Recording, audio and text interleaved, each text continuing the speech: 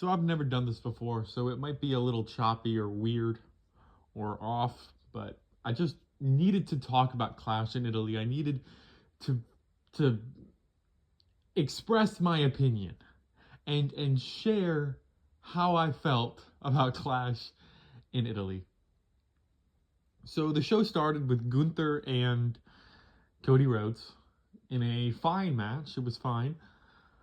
It was, Cody and Gunther, so it's going to be good. It's always going to be good because those two are very good. Even though I'm not the biggest Gunther fan, I understand that he's a good wrestler and I can't take that away from him, even if I'm not the biggest fan. I'm not like The Undertaker in terms of how I feel about Gunther.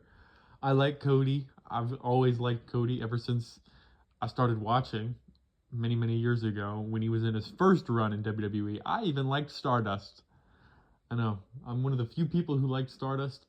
I liked Stardust. I liked Dashing Cody. I have always been a Cody guy. Cody did pretty good in this match. It was a decent enough match. They told a fine story about the sleeper, which apparently is the deadliest move of all time because even John Cena doesn't want to be in it. He was just like, hey, get off of me. He didn't even really tap out. He was just like, get off of me. But that's a different story for another day about how I feel about John Cena's retirement match and that whole John Cena retirement run. But that's neither here nor there. And this is about Clash in Italy, not about John Cena. So in this match, the finish was Gunther had his foot under the rope, but the ref didn't see it. Now, this finish was very poorly produced. How should I say that? Poorly produced because the camera angle in which they chose to shoot this was shitty. Okay, it was a shit camera angle because you couldn't really see that Gunther's foot was under the rope. You could see that there was something there. And if you were an experienced fan, you knew that a rope break was where they were going to go because they were so close to the edge of the ring. And that's just anytime they're close to the edge of the ring, they do a rope break. It's the same thing every time.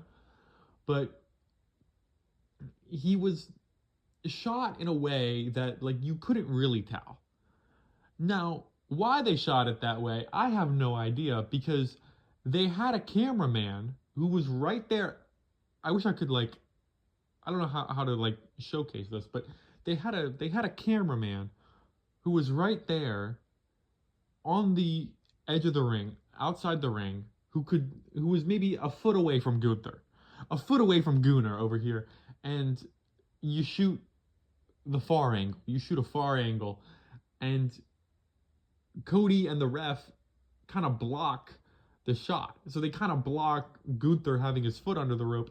And also, having the foot under the rope is not as like pronounced as having the foot on the rope. If you're going to do the spot where the ref doesn't see it, you would think you would do it on the rope. I mean, I can't remember the last time that they had the foot under the rope like that as the finish. When was the last time they did that? Christian and Randy is the only one I can remember ever seeing. I mean, maybe I'm missing something. I could be, but usually it's been on the rope. I've seen the on the rope ref doesn't see it a million times. So that's clearly trying to build to a second match, and we'll talk about that philosophy when we get to Oba and Brock. Don't worry. Oh boy. Um,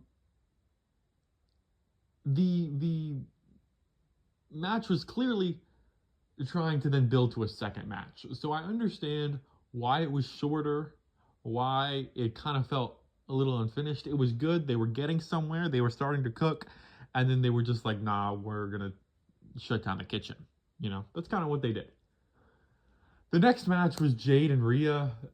This was probably um, Jade's best match in WWE. I didn't really pay that much attention to it because my TV was glitching in and out because it can't handle ESPN apparently, I guess. I don't know. It was very stupid. This happens more often than I'd like, but what you gonna do, I guess. And this match also had foot on the ropes. So 2 matches in a row, they did feet on the rope spot, and at the end of the match, which is what I really got to see, BFAB and Michin came out, put Jade's foot on the rope after she got hit by the riptide. I think they put her foot on the rope and then got ejected immediately. And then Charlotte came out, not Alexa. Alexa wasn't there, I guess. I mean, maybe she like she I don't know. She disappeared, and Charlotte beat up Michin and BFAB. Like anybody cares about Michin and BFAB. I mean, they haven't meant anything to the company in ever. And when Jade hits the Glam Slam, they Charlotte put Rhea's foot on the rope, and so Rhea eventually won the match. It was and that was kind of the finish. I don't really have anything else to say about that, but I do have a lot to say about the next match. The next match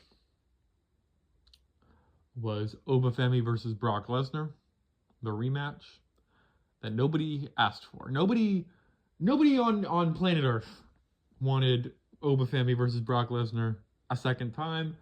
It was perfect as it was the first.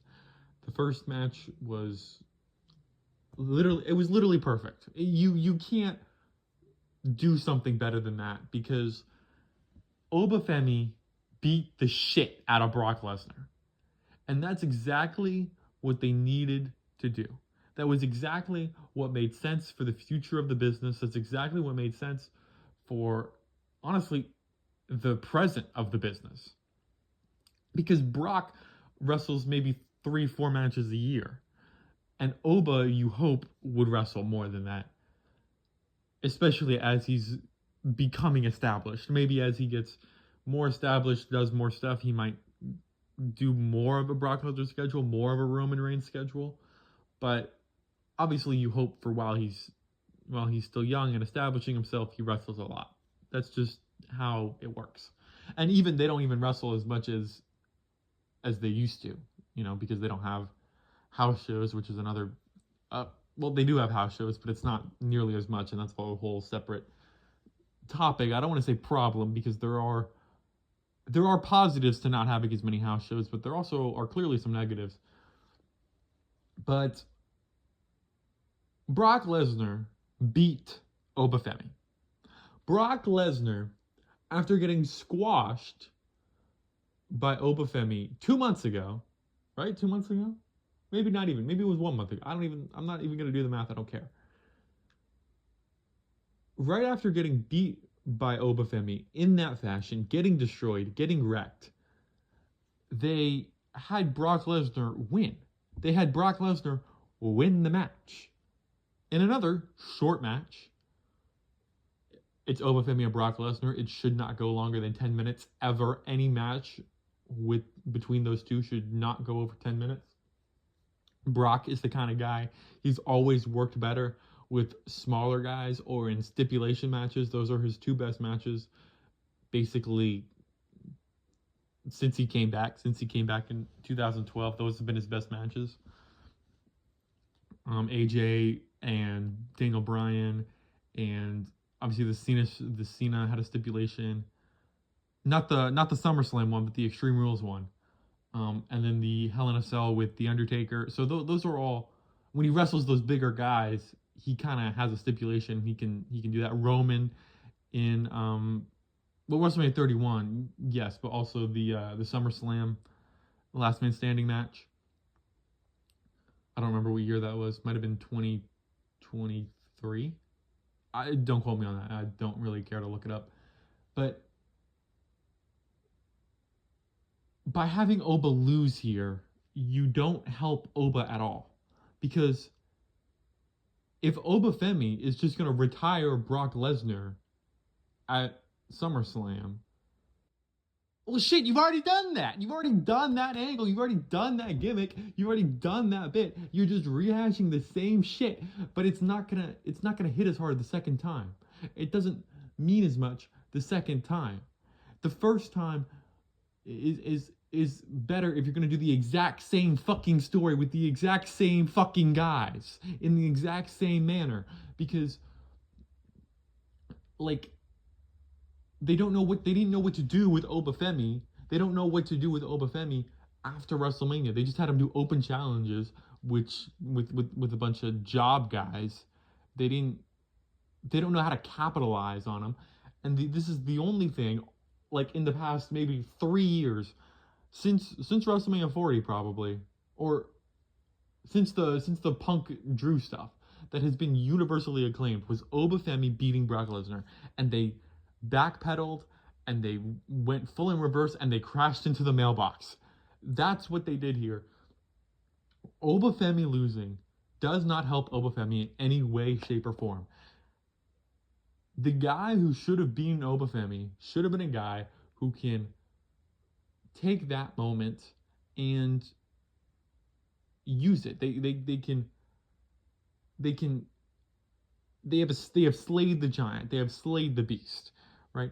Even if it was like, if it was a young guy who was coming up, maybe like a Javon Evans or a Dominic Mysterio. I mean, Dominic Mysterio's been coming up. Well, I mean, he's been up for a little while. Or Braun Breaker, who's also kind of been up for a little bit.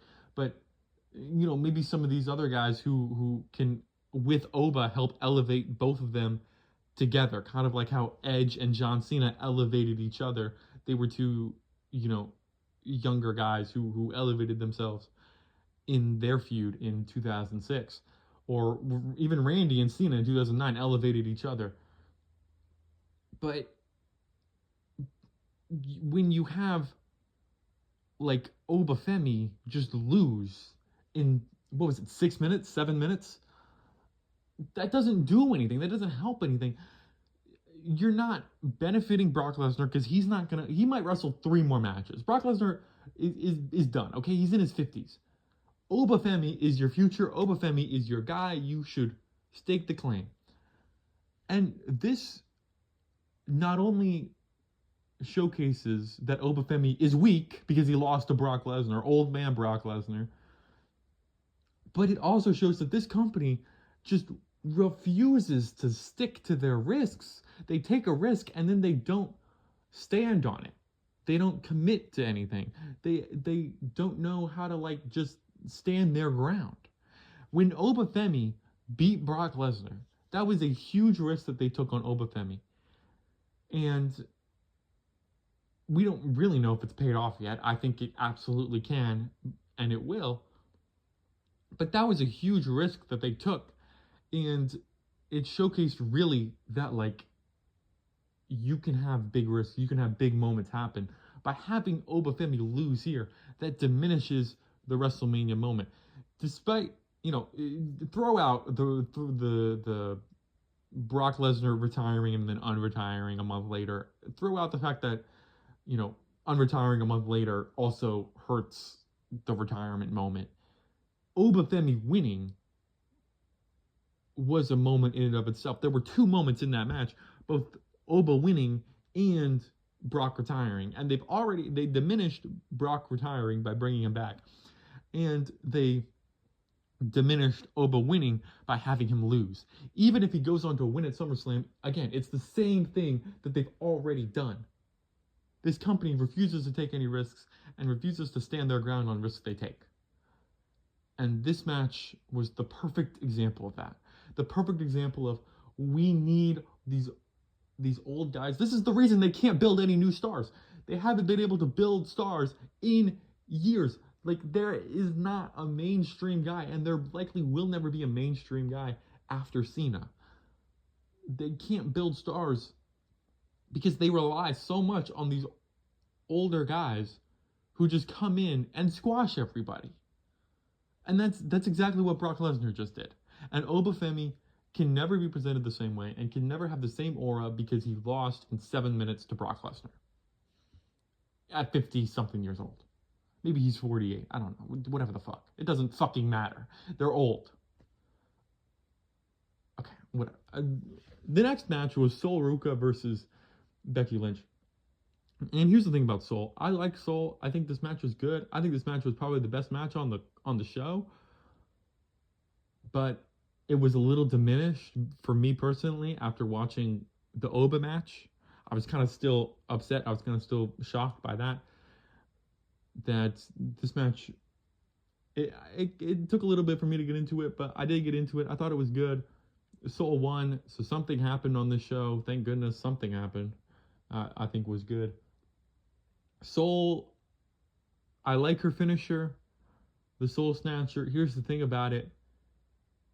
It's a crapshoot, right? It's very hard to consistently perform at, and she's missed it the past couple times. Honestly, I think the Soul Snatcher could be, either she does it really well, or she maybe saves it for bigger matches. I mean, this would be a match that she would use it for, but maybe, she starts using it less, or maybe she uses it more and gets better at it. Either one could be fine. I like Sol. I think she's got really good potential. I think she's got a real chance at success. Absolutely. Anyway, this was a good match. If there's anything to watch on this show, it's that match. Then we had our Tribal Combat match, Roman Reigns versus Jacob Fatu for the Heavyweight Championship and for the Ula Fala for the Tribal Chief title. There should never be a Tribal Combat match ever again. There just shouldn't. We don't need to ever do Tribal Combat ever again. They are 1 for 3, because I don't really think this match was all that great. I'm a huge Roman guy. I've been a Roman guy forever, okay? I have a Roman Reigns Funko Pop, okay? That's like, I love Roman Reigns. Roman Reigns is my guy. He's probably like my second favorite wrestler ever. John Cena's number 1. Roman Reigns in Tribal Combat matches, he's just not good. It's just not good. I mean, the Jay match was shit at SummerSlam. The solo match, I actually think was pretty good, but a lot of people, what I'm seeing online, people apparently didn't like that match. I will say the interferences hurt the match, and it shouldn't have had any interferences whatsoever, and Roman should have just won, but I thought it was pretty good. And this match, I hate to break it to you, it was shit, okay? It was a shit match. It felt like forever, because the thing about these Tribal Combat matches, they are so fucking slow. Like there's like one punch every 2 minutes. It is so slow, and it drags on and on and on. Like, Roman is a great worker when he just works, when he actually just fucking wrestles. But when he does these Tribal Combat matches, they always fight in the crowd, and I hate when they fight in the crowd for a lot of reasons, but the biggest reason is because every time, I have never seen in my entire time watching wrestling where fighting in the crowd where it doesn't just slow the match to a crawl. Like, and when they fought in the crowd really early in this match, and it just was so slow for so long, because when you fight in the crowd, it's just a punch, and then you take 15 steps for some reason, and then you do another punch, and you take 15 steps for whatever the fuck. And also, the crowd who's live there, you should stay in the ringside area so that they can fucking see you. That's what I think. But that's let me tell you, I had high school theater shows where we would play in like the back of the audience, and I thought that was the stupidest thing in the history of the fucking world, because the audience can't fucking see you. Go to the fucking stage and perform there. Regardless, the match itself was slow. The match itself was boring, and they dragged on and on and on for a really long time in the beginning, so that it kind of took you out of the big fight feel that they were saying for this, and it kind of took you out of the match. And then they tried to pick it back up, and they actually did. It was fine for the second part, like for the second half. not even the second, like the third of the match, it was fine. But also, one of my also least favorite things that this match did, that these tropes that I hate, is they set up a table really early in the match and they just did nothing. They just didn't break it and they did other moves. I know for a fact that Jacob Fatu or Roman Reigns or whoever is going to kick out because you haven't broken the table. And whenever you bring out the table, you break the table. I have never once seen a table get set up in a match like that and not get broken. That's not true. I saw it one time, Sasha Banks versus Charlotte, many years ago. They did that, and I was actually floored that match just ended without them breaking the table. It was a Hell in a Cell match. I don't remember these like details of what year or whatever, but it was, or what show, but you can look it up. It was a Hell in a Cell match. Charlotte and Sasha Banks. But I know you're not going to pin him because you have to break the table. So I can't buy into any of these false finishers. I can't buy into any of these finishers. Okay, it's so stupid. And they just need, when they set up the table, they just need to break the table. Like, or stop trying to do all these false finishes.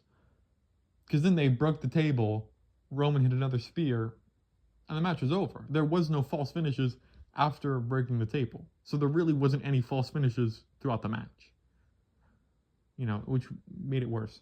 And then, oh boy. And then at the end, for a split second, you blink and you miss it. Because I almost did. They show Roman Reigns walking up the ramp after he beat Jacob. And they cut to Solo Sikoa and the Tongans in the audience. I think they were in the audience. They might have been on the I don't know. But I'm pretty sure it was the audience. Oh my God. Are we really going to do the same fucking thing? This is just like Brock and Oba. You're doing the same fucking thing, but instead of a couple months, it's a couple years. Because it's the same. It's Roman Reigns versus Solo Sikoa. It's the Bloodline versus the MFTs.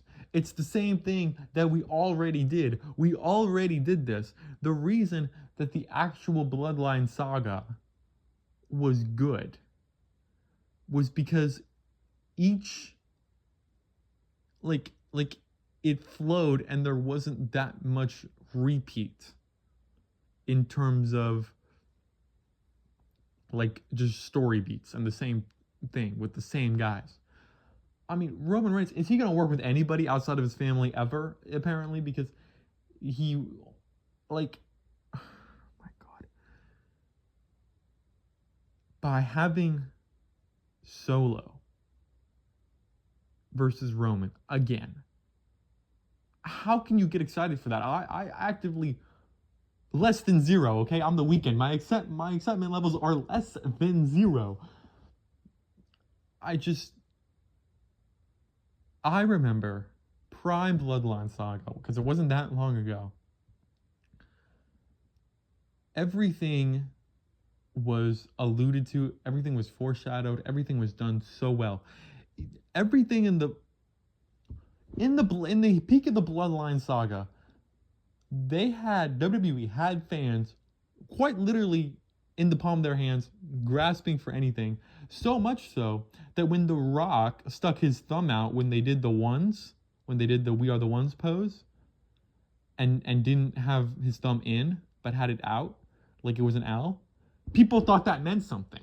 Like, people were so invested in a thumb. People were so invested. People were looking at every tiny, meticulous detail in the Bloodline Saga because every single tiny detail mattered. But now, we're just rehashing leftovers, but these leftovers have gone stale. You're eating moldy bread, okay? The bread was really good when you first made it. And then now it's got mold on it, and you're just putting in, like, you're just trying to put some butter on it to hide the mold. That's what you're trying to do. But it's still shit. It's still gonna give you poisoning. I mean, my gosh, can we not come up with one new storyline? Can we not come up with one new superstar? Can we not come up with one new match? Everything is this fucking same as it was a year ago. I mean, like, it's the same stuff at the top. I mean, can we have, you know, Roman versus literally anybody else on the roster that isn't a part of his family? You've done the Jacob stuff. That's the only family stuff we needed to see now. You can be done with the bloodline. The bloodline was great. It's over. Okay. By having the bloodline saga continue like this, they're actively making the saga and the story worse. Okay. If I said make a basketball, I'm taking this from Grade A Underrated, by the way. If I said make a basketball team and your team was LeBron James, Steph Curry, and Michael Jordan, right? That's a fucking amazing team. That would beat any team. But then if I said you have to have 5 players, and then, you know, you're going to have Chet on the team. Like, Chet, from what I saw in the Game 7 finals, fucking sucks. I mean, you're going to have Chet, and you're going to have, like, some guy off the street. I mean, like, so your team got worse because you added more players. The longer this the longer this story goes on, the worse it gets. Star Wars was great when it was only 3 movies, and then they made 3 more and it got worse, and then they made 3 more and it got even worse. If Star Wars was just the first 3, it'd be an amazing series. If Indiana Jones was just the first 3, it'd be an amazing series. But then they made a 4th, and then they made a 5th, and it just got progressively worse as they made more. That is exactly what is happening with the Bloodline. This is already 27 minutes. I can't believe I'm done. You know, I'm not. This was such the actual show itself wasn't that bad, but the booking decisions were so atrocious. Were actively some of the most baffling decisions I've ever seen. Anyway, that's my feelings on Clash in Italy. Overall, good show, but really, really stupid decisions that really brought it down. Like, the matches in a vacuum were fine, but if you take in any of the other context, and it's just shit. And also, can we be done with the 5-match pay-per-views? Okay, can we be done with that? Can we have 6, maybe? I mean, my God. 5 fucking matches. Like, nobody. That's also why they can't make new stars. It's because nobody can get on pay-per-views because there are only 5 matches. What they need to do is just have a fucking brand split, like a normal brand split, where they actually enforce it, and then you could have 5 match shows, because then you have the shows will be better because you can have more variety between the shows, because one might be, oh, Backlash is Raw, and then Clash is SmackDown, and so you would be able to have 5, and people could actually build their feuds and have satisfying conclusions to rivalries that end on pay-per-views, because they could get on pay-per-views since they're competing less with other people to get on it, because it's only the brand. Whatever. That's how I feel about Clash in Italy and the state of WWE right now.